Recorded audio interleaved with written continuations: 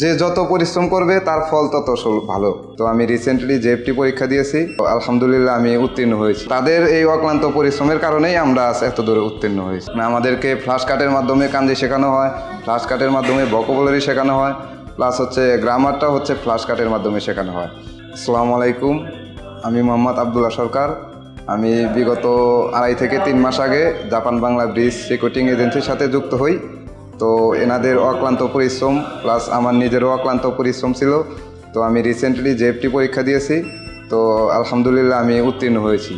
আর এখানকার পড়াশোনা খুবই মানসম্মত। আমাদেরকে ফ্ল্যাশ কার্ডের মাধ্যমে কাঞ্জি শেখানো হয়, ফ্ল্যাশ কার্ডের মাধ্যমে ভোকাবুলারি শেখানো হয়, প্লাস গ্রামারটা ফ্ল্যাশ কার্ডের মাধ্যমে শেখানো হয়। আর এখানকার স্টাফগুলো খুবই কেয়ারফুল, এমনকি আমাদের সেন্সেই আমাদের এমডি সাহেব উনিও খুবই কেয়ারফুল। উনি আমাদেরকে জাপান থেকে অনলাইনের মাধ্যমে ক্লাস নেয়। তো আপনারা যারা জাপানি ল্যাঙ্গুয়েজ শিখতে যাচ্ছেন, N5 N4 কিংবা জেএফটি, তারা চাইলে জাপান বাংলা ব্রিজ রিক্রুটিং এজেন্সির সাথে যোগাযোগ করতে পারেন। এখানকার পরিবেশ খুব ভালো, পড়াশোনার মানটাও খুবই ভালো। আমাদের সকাল 9টা থেকে সন্ধ্যা 6টা পর্যন্ত অক্লান্ত পরিশ্রম। তাদের এই অক্লান্ত পরিশ্রমের কারণেই আমরা আজ এত দূরে উত্তীর্ণ হয়েছি। আমার জাপানি ভাষা শিখতে প্রায় 2.5 থেকে 3 মাস লেগেছে। আর সবচেয়ে যেটা কঠিন সমস্যার মধ্যে পড়তে হয়েছে সেটা কাঞ্জি।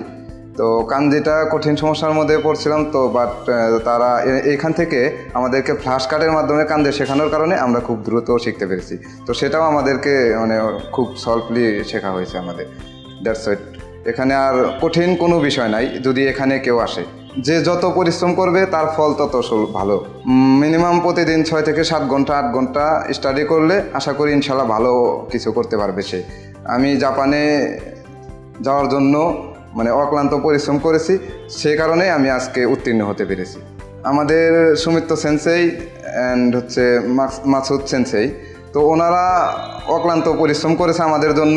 সকাল থেকে সন্ধ্যা পর্যন্ত আমাদেরকে নির্দ্বিধায় পড়িয়ে গেছে। তারা দেখা যাচ্ছে তাদের সময়টা কম ব্যয় করে আমাদের পিছে তাদের সময়টা ব্যয় করেছে। তো সেই ক্ষেত্রে তাদেরকে সবসময় মন থেকে ধন্যবাদ থাকবে।